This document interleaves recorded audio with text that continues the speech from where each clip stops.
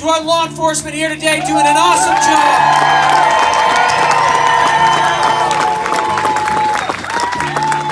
You know what I found funny about one of the signs earlier is, I agree, I don't like Italian socialism, aka fascism either. I hope they give us one of those signs, right? They don't even know what they're protesting. I love it. We love freedom here in America, and we have some folks that are giving up their jobs for freedom. They're giving up their jobs for freedom. And I don't know where this is going to go, everybody.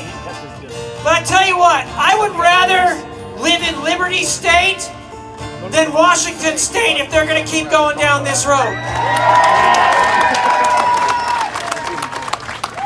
So check it out later, libertystate.org. We've got a bunch of new stuff up there. That said, I want to bring up Gavin Spees and I want to bring up Ashley McBride with Turning Point USA, who have joined forces with us here in Spokane, Washington, to keep this great city free. Amen? Let's give them a round of applause.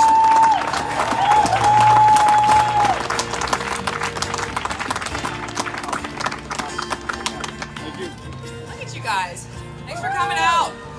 And a huge round of applause to Matt Shea and Caleb Collier for organizing this whole thing, as well as Gavin Spees here. Let me ask you a question to ponder. What is the purpose of government? Now, if you said anything other than to protect and secure rights, then allow me to share with you a different perspective to consider. In the book The Law by Frederick Bastiat, he states an invaluable truth, which, by the way, if you have not read that book, you should. He says, "It is not true that the legislator has absolute power over our persons and property. The existence of persons and property preceded the existence of the legislator. You have the right to bodily autonomy. You have the right to choose what happens to your body. That right was not bestowed upon you by the legislator. That right was given to you by God. America stands for the freedom to choose. No one should be forced to inject a foreign substance into their bodies in order to continue to feed their families. America is the beacon on the hill that stands for the freedoms granted to all persons. We are the leaders of the free world. We are the last line of defense for that liberty and the first line. Which is why we cannot back down from this fight. We must do our duties as citizens to continue that fight on the home front through rallies such as this, through voting good people into office and holding them accountable. If we do not stand for that liberty, then we will have failed all of the brave men and women that have fought, bled, and died to protect this nation, you, and our Constitution. Our local representatives have proven that they will not fight for us. They have gone back on their promises, they have lied, and they have stepped aside while others have threatened your livelihoods. That's treason! And if they haven't yet, then just wait, because they will come for you too.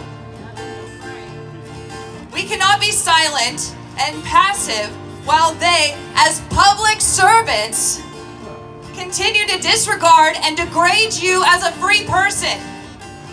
We cannot remain complacent while those public servants try and flush our founding documents down the drain. And if our elected officials continue to be do-nothing paperweights, well then, we'll vote them out of office.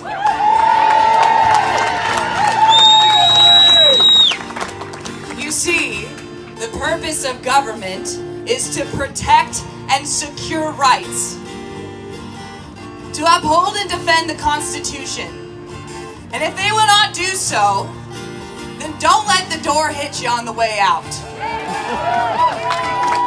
We must remain firm on the foundations of what made America the great country that it still is. We must remember what it means to be a citizen and the responsibility that comes with that word, citizen. So no to the tyrannical politician. We will not be silenced. We will not stand down. We will not conform. We will not comply. And you will not tread on us.